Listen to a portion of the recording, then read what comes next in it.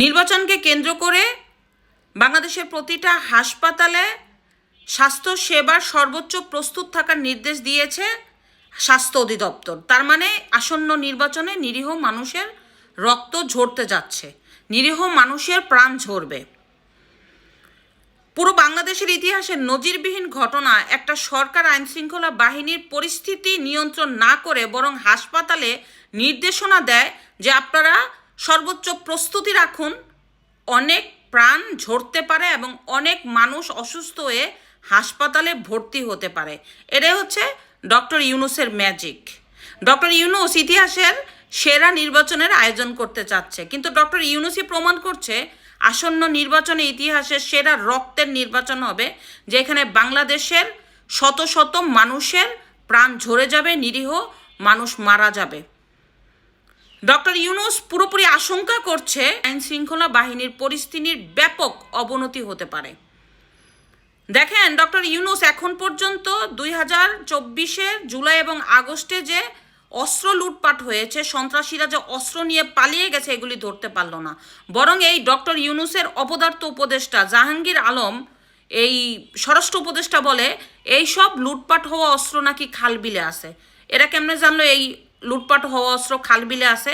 এই অস্ত্র নাকি আপনার নির্বাচনে ব্যবহার করা হবে না। তো নির্বাচনে যদি অস্ত্র ব্যবহার না করা হয়, তাহলে এই ইউনূস সতর্কবার্তা দিল কেন প্রত্যেকটা হাসপাতালে যে আপনারা সর্বোচ্চ প্রস্তুত থাকুন যাতে স্বাস্থ্যসেবা সঠিক থাকে?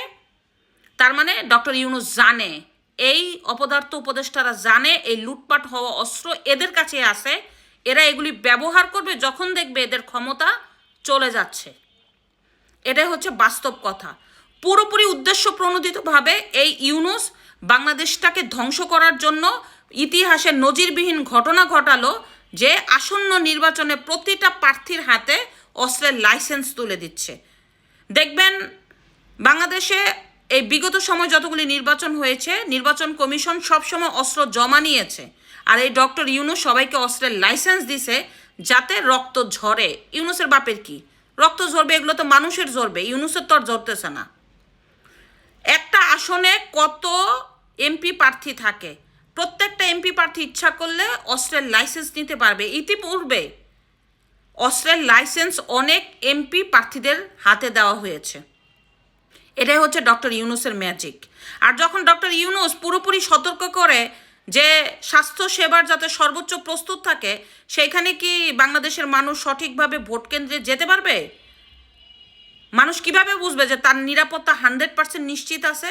মানুষ কিভাবে বুঝবে যে সে নিরাপদে বাসায় ফিরতে পারবে ভোট দিয়ে? বলেন আপনারা।